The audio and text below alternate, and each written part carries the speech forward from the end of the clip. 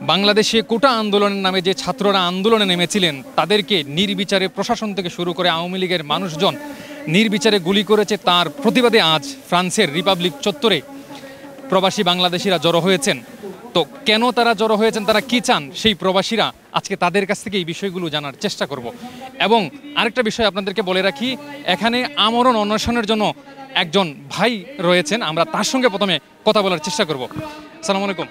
ওয়ালাইকুম আসসালাম। ভালো আছেন? আলহামদুলিল্লাহ। আমরা জানি যে আপনি আজকে 2 দিন থেকে কোনো খাবার খাচ্ছেন না, কি কারণে, সেই অন্বেষণটা কি চাচ্ছেন আপনি? আলহামদুলিল্লাহ, বিসমিল্লাহির রহমানির রহিম। আমি জাতিসংঘের কাছে আবেদন জানিয়ে বাংলাদেশ, কেনিয়া এবং প্যালেস্তাইনের সাধারণ জনগণের স্বাধীনতা ফিরিয়ে দেওয়ার আহ্বান জানিয়ে আমরণ অন্বেষণের ঘোষণা দিচ্ছি। গত 2 দিন যাবৎ আমি আমরণ অন্বেষণ করতেছি। আলহামদুলিল্লাহ, আল্লাহ তাআলা আমাকে তৌফিক আতা ফরমান, আমিন। এই আন্দোলন সফল না হওয়া পর্যন্ত কি আপনি খাওয়া দাওয়া করবেন না? ইনশাআল্লাহ করব না, ইনশাআল্লাহ আন্দোলন চালিয়ে যাব। আমরণ অন্বেষণের জন্য আমরণ অন্বেষণ করতে থাকবো আমি, ইনশাআল্লাহ। আমরা আরো 2-1 জনের সঙ্গে একটু কথা বলবো, তারা আসলে কি চান। আসসালামু আলাইকুম ভাই, ভালো আছেন? আসসালামু আলাইকুম। আপনারা আজকে এখানে কি কারণে জড়ো হয়েছে বা কি চান আপনারা? আমরা চাই যে কোটা আন্দোলনে যতগুলো শহীদ পাইছি আমরা, এবং তাদের যারা খুনি আছে আমরা তাদের বিচার চাই, এবং যারা শহীদ হয়েছেন তাদের পরিবার যেন সুবিচার পায়, সেটার একটা দাবি নিয়ে আজকে আমরা রিপাবলিকের 6ঠবারের মতো প্যারিসে আমরা আছি। এবং আমরা চেষ্টা করব যতদিন পর্যন্ত তারা সুবিচার না পাবে তাদের পরিবার, আমরা প্যারিসে থেকে আমরা প্যারিসবাসী বাঙালি যারা আছি আমরা রাস্তায় থাকার চেষ্টা করব। এই উদ্দেশ্য নিয়েই আজকে আমাদের এখানে আসা। ধন্যবাদ আপনাকে। আমরা আরো 2-1 জনের সঙ্গে কথা বলার চেষ্টা করি যে তারা আসলে কি চান। যদি ভাই কথা বলতে পারবেন, আপনারা কি চান এখানে? আমরা এখানে সবাই একত্রিত হয়েছি বাংলাদেশ কোটা বিরোধীর জন্য। ছাত্ররা যে আন্দোলন করেছে, তারা তাদের ন্যায় অধিকার না পেয়ে তারা পেয়েছে তাদের বাড়িতে লাশ, এই লাশের হিসাবের জন্য, আর তারা তাদের ন্যায় অধিকার জন্য পায়, তার জন্য আমরা ফ্রান্স সহ প্যারিস বের সবাই এই রিপাবলিক চত্বরে একত্রিত হয়েছি। আমি শেখ হাসিনাকে, মাননীয় প্রধানমন্ত্রী শেখ হাসিনা, তাকে মাননীয় প্রধানমন্ত্রী বলা যায় না, এই হাসুয়াপা হাসিনাকে একটাই কথা বলতে চাই, ফেরাউনও কিন্তু এই দেশে পৃথিবীতে টিকতে পারি না, আপনিও টিকতে পারবেন না ইনশাল্লাহ। আমরা সবাই একত্রিত, আমরা সবাই ঐক্যবদ্ধ। আমরা বলেছি এই আপনার পদত্যাগ করার আগ পর্যন্ত আমরা বিদেশ থেকে কেউ রেমিটেন্স পাঠাবো না ইনশাল্লাহ। আপনি যত দ্রুত, যত তাড়াতাড়ি সম্ভব আপনি পদত্যাগ করেন। আপনি আপনার পুলিশ প্রশাসন, সেনাবাহিনী সহ, আপনার হেলমেট চেক সহ সবাইকে নিয়ে আপনি পদত্যাগ করেন, না হয় এই দেশে আপনার জন্য আপনার টিকা কঠিন হয়ে যাবে, আপনি টিকতে পারবেন না ইনশাল্লাহ। এই চাওয়া পাওয়া আমরা, আর কিছু নাই। আমরা শেখ হাসিনা পদত্যাগ করার আগ পর্যন্ত আমরা দেশে কেউ রেমিটেন্স পাঠাবো না ইনশাল্লাহ। ভাই ভাই কি কিছু বলবেন? আপনারা আসলে কেন এখানে আসছেন, কি চান আপনারা? হ্যাঁ, অবশ্যই বলবো।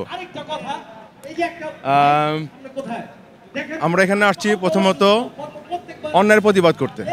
কি অন্যায়? সেটা এত বড় অন্যায়, সেটা এত বড় বিভৎস যে এটা এক কথায় প্রকাশ করা যায় না। আর সবচেয়ে বড় অন্যায় যেটা, সেটা হচ্ছে মানুষকে তার অধিকার থেকে বঞ্চিত করা। সে অধিকার হতে পারে কি? সে অধিকার হতে পারে ভাত কাপড়ের অধিকার, নিরাপত্তার অধিকার, জীবনের অধিকার, এবং সব কিছু থেকে বঞ্চিত বাংলাদেশের জনগণ। এবং যখন এটা নিয়ে অধিকার চাইতে গেল, তাদেরকে একটা ট্যাগ দেওয়া হলো, যারা বলে ইলজাম বা অপবাদ, রাজাকার অপবাদ। তারা বলতে চায় তারাই একমাত্র মুক্তিযোদ্ধা, হোলসেল এজেন্ট, তারা যাকে দেয় সেই মুক্তিযোদ্ধা, এছাড়া সব রাজাকার। অথচ এই ছেলেগুলি কারা? এই ছেলেগুলি তাদের ন্যায্য অধিকার চাওয়ার জন্য গেছে। তাদেরকে অধিকার দেওয়া হলোই না, বরং তাদেরকে দেওয়া হলো কি, তাদের অনেকের জীবন কেড়ে নেওয়া হলো। এখন যারা বেঁচে আছে তারা যেন বেঁচে থেকেও মৃত। দর্শক, আপনারা শুনতে পাচ্ছেন কিনা চান নির্বিচারে ছাত্রদেরকে গুলি করে হত্যা করা হচ্ছে, তার প্রতিবাদ ও সুস্থ বিচার চান। এবং এই প্রবাসীরা তারা এই মানবতার চত্বর নামে যে জায়গা, ফ্রান্সের সেই জায়গা থেকে তারা বলছে তারা রেমিটেন্স বাংলাদেশে পাঠাবেন না, কারণ যে তাদের রেমিটেন্সের টাকা দিয়ে নাকি সেই প্রশাসন গুলি কিনে সেই গুলি দিয়ে ছাত্রদের উপর নির্বিচারে গুলি করে হত্যা করা হচ্ছে। আপনারা নিশ্চয়ই আমার পিছনে তাদের স্লোগান শুনতে।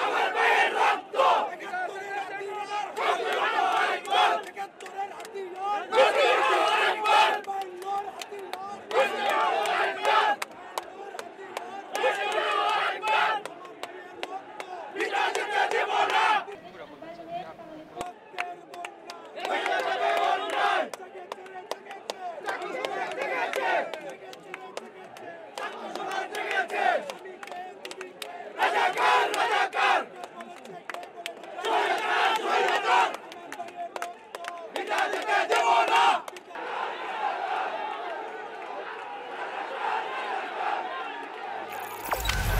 আপনারা দেখছেন ওয়েব নিউজ, বিশ্বজুড়ে বাঙালি আমেজে।